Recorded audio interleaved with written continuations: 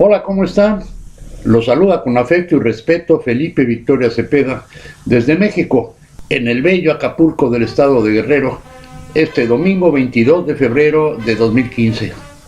Para Ripley, que como medida de presión al gobierno interino de Rogelio Ortega Martínez,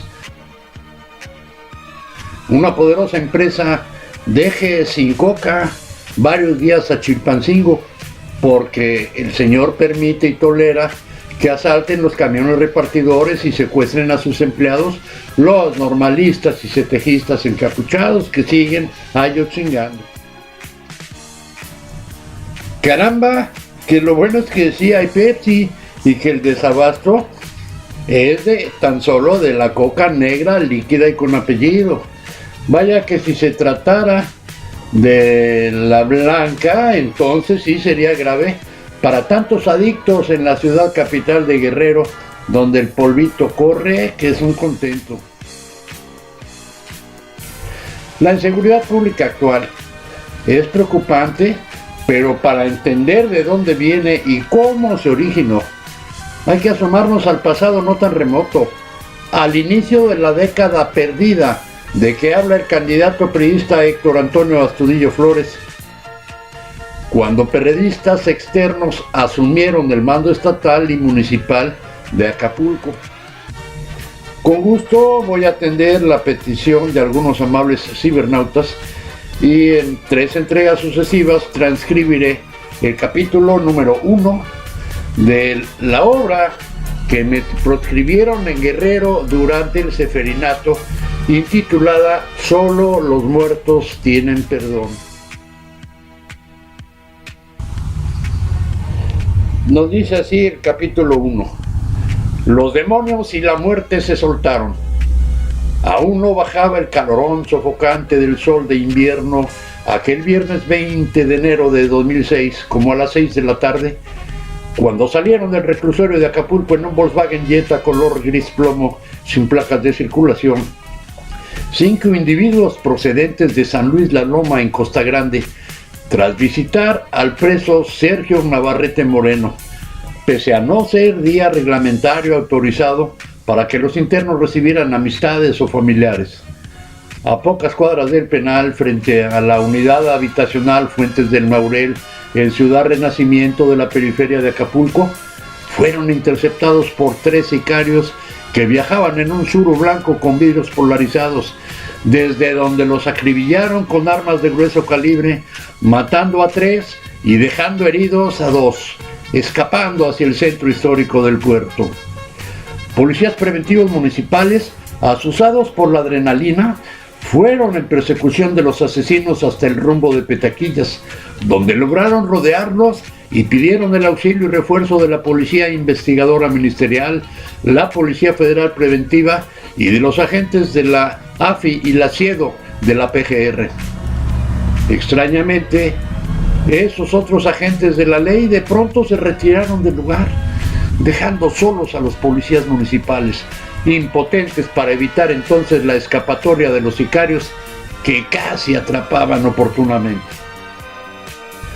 Félix Salgado Macedonio, casi flamante alcalde de Acapulco, estalló en cólera ante los medios de comunicación, quejándose de que los narcos del grupo de los Pelones tenían comprados a los policías federales y los ministeriales de la Procuraduría Estatal, y por eso dejaron solos a sus valientes preventivos municipales al mando de Genaro García Jaimes.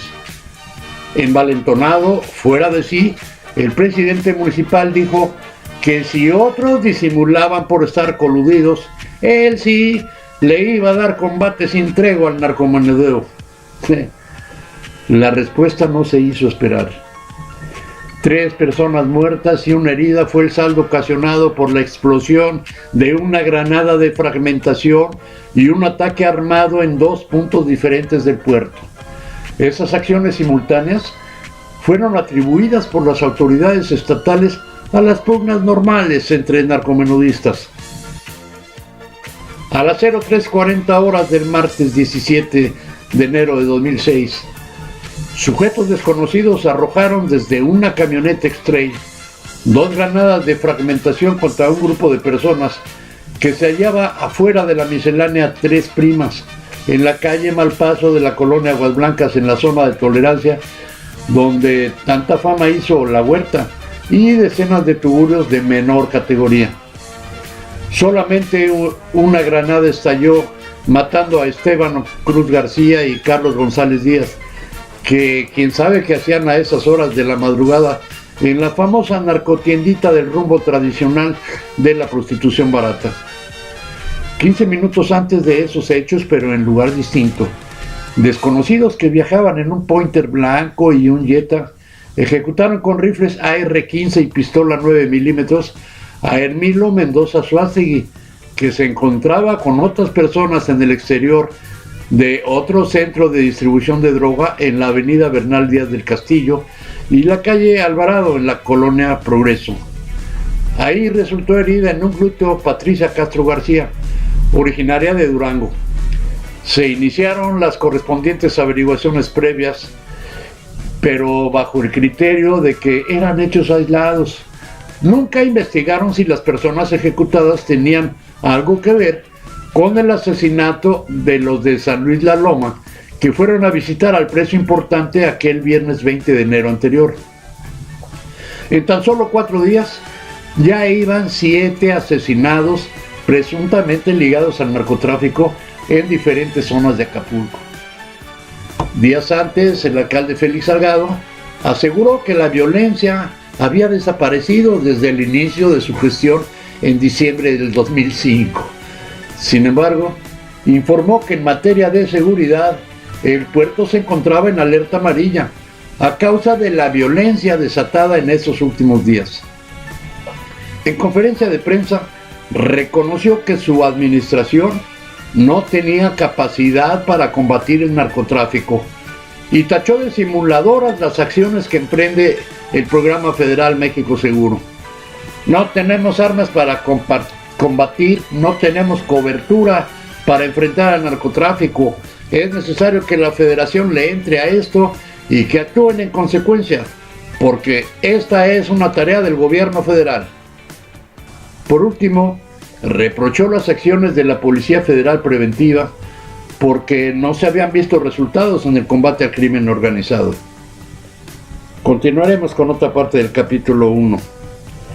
Esta novelita, Solo los muertos tienen perdón, relata entre otros el incidente de la garita en Acapulco ocurrido en enero del 2006.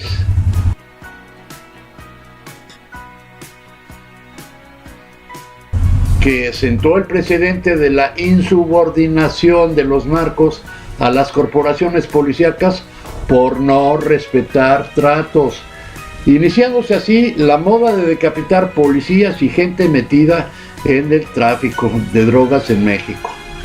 Felipe Victoria Cepeda les agradece infinito su amable atención, invitándolos a compartir este mensaje con sus contactos si así lo tienen a bien, y ya lo saben. ¡Shh! ¡No lo digan!